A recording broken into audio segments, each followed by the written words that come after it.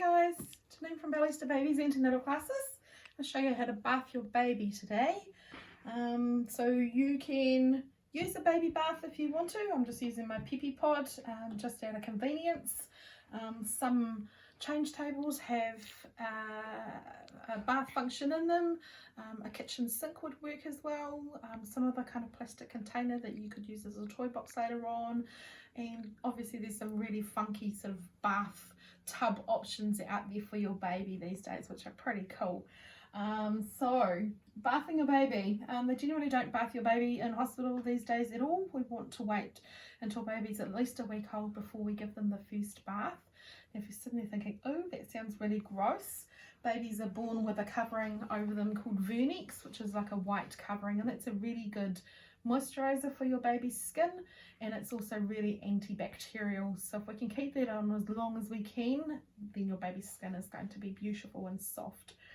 Some babies have a huge amount of this covering them, and some babies just have a little bit, and it would be in the neck creases, in their underarms, and in their groin. It's coming off when you're changing nappies and changing clothes.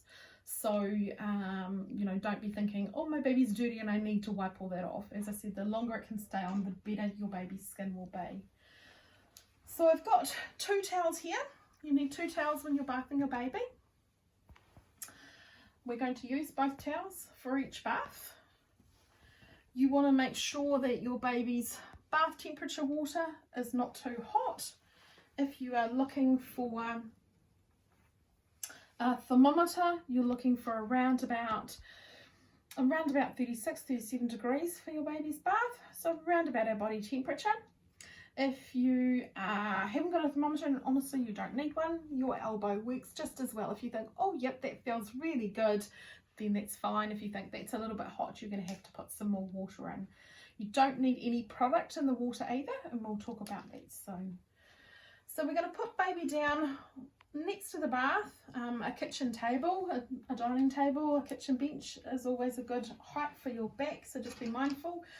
But it also might be a space that you go, oh, it's a beautiful morning and the sun comes in, I'm going to bath my baby in front of the morning window. Or maybe it's at evening and guys, you want to bath your baby and you're going to do it when you come home from work, so it might be in front of the heater or it might be in front of the fire and be nice and warm on a cold night.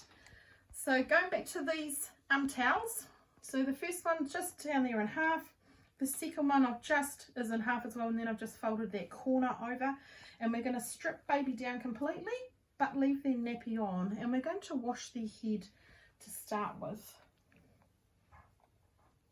So we're just going to swaddle baby. We don't have to worry about tucking that end bit up. We're just going to swaddle baby like we did before to keep your baby nice and warm, because we're going to wash their head first and they lose their heat from their head. So we're going to get this wet, clean and dry before we submerge their body. We've left their nappy on just in case they do something while we're washing their head. So we want a flannel. If you've got a little microfleece flannel like this, these are really, really good. A muslin flannel would work just as well. Stay away from your terry towel and flannels like this. They feel really soft, but they're actually quite scratchy for your baby's skin. So just something that's really soft and gentle. Now I've got a really good hold. I'm just going to lift my arm up so you can see. I've got most of baby's weight on my arm here, and I'm just, and most of the weight is actually here on their shoulder area, and then I'm just cradling this baby's head with my fingers. So I've got a really good hold, and I can actually lean on the edge of the bath, and it leaves this hand free to be bathing your baby. So you're going to put your flannel into the water, shush that around so it's nice and wet, and then you're going to put your finger in the corner of the flannel here, and you're going to go one stroke, and you're going to go from the corner of the eye out. We're not going to go backwards and forwards like this. It's just one wipe. Then we're going to wet that flannel again, change the position of where our finger was from previous time, and go corner of the eye out. And as I said, it's just one wipe. And that helps if we've got an infection in this eye, we're potentially not transferring it to this eye there. Then we're going to wet that flannel again, and we're going to get round behind their ears. So if they're really dribbly baby, it'll dribble around behind the ears and get really crusty and quite smelly. So we're going to wipe around behind their ears. We're going to get into all those chin creases and those neck creases, because they've probably got several little neck creases, and that gets quite stinky quite quickly. So we're just going to wipe around there and make sure that that is all nice and clean. And we're going to scoop some water and put that onto your baby's head. Give it a little bit of a massage. If you want to use something, a product or something on your baby's head, that's absolutely fine. You can use soap if you want to. You can use a little shampoo, but they don't need it. They really don't need anything in their hair. But if you feel like it, make sure that it's really natural and it's got least amount of ingredients that you can, and it is specifically for babies. So if you're using something, you're going to wash that around, and then you're just going to scoop up some more water just to rinse that off. Right. Then we're going to bring baby over to our second towel that we've already got there waiting. Keep them all wrapped up so they're nice and warm, and we're going to dry their head thoroughly with that second towel. We're going to make sure that everything is dry and all those little creases in their neck, everything is dry. We don't want baby cooling down, so we want to make sure that this is dry before we strip them down. Take that towel off, take your baby's nappy off, and then you can hold baby in the bath. So the easiest way to hold your newborn is really similar to what I just showed you before. It's a little bit hard with a doll. You're just going to hold them on your outstretched arm here, and then I've got a good grip around the shoulder blade here, and it leaves this hand free. So it feels like I've got a really secure hold. Baby's not going to slip or anything like that. I can put my hand into baby's bottom and shush them in the water like this. Dribble a little bit of water on them. And it's a really good time to bond, and a really good time to sing, and maybe tell them a story, or maybe tell them what you've done at work for the day. And baby's either going to love it, or they're going to scream their house down, but most babies absolutely love it.